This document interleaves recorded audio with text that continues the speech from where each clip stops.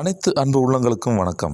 வருகின்ற 15ஆம் தேதி மத்திய உள்துறை அமைச்சர் திரு அமித்ஷா தமிழகத்திற்கு வந்து பல கட்சி நிகழ்வுகளிலும் மற்றும் என்டிஏ கூட்டணியை வலுப்படுத்தும் விதமாக கூட்டணி கட்சி தலைவர்களை சந்தித்து பேச உள்ளதாக பாஜக கட்சியின் தற்போதைய செயல்பாடுகள் தெரிவிக்கின்றன.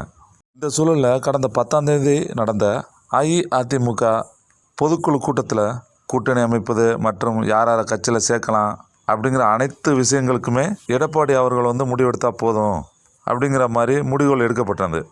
ஊடக விவாதங்களில் பல பேர் பேசிக்கிட்டு இருந்தாங்க. ஓபிஎஸ், டிடிவி, சசிகலா இவங்க எல்லாரையும் உள்ளே கொண்டு வந்துடுவாங்க, அதுக்கு இபிஎஸ் தலையாட்டிடுவார் அப்படின்லாம் சொல்லிட்டு இருந்தாங்க.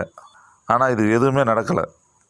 இந்த சூழலில் அமித்ஷாவும் இபிஎஸும் சந்திக்கும் சூழ்நிலை ஏற்பட்டால் ஓபிஎஸ்ஸை கட்சிக்குள்ளே கொண்டு வாங்க மற்றும் டிடிவியையும் கூட்டணிக்குள்ளே கொண்டு வரணும் அப்படின்னு அமித்ஷா சொன்னார்னா அதை இபிஎஸ் ஏற்பாரானுங்கிறது ரொம்ப டவுட் தான்.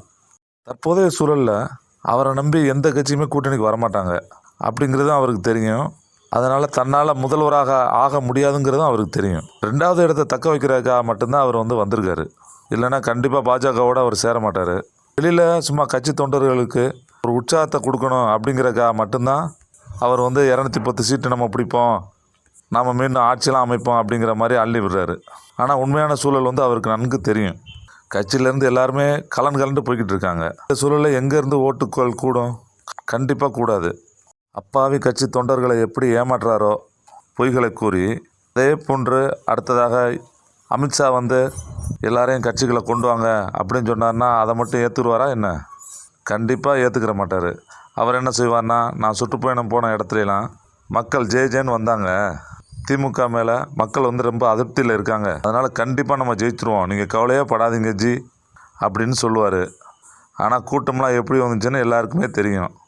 ஐயா இபிஎஸ்க்கு ஒத்து ஊதுற மாதிரி பாஜகவில் 4-5 அஇஅதிமுக அடிமைகள்லாம் இருக்காங்க.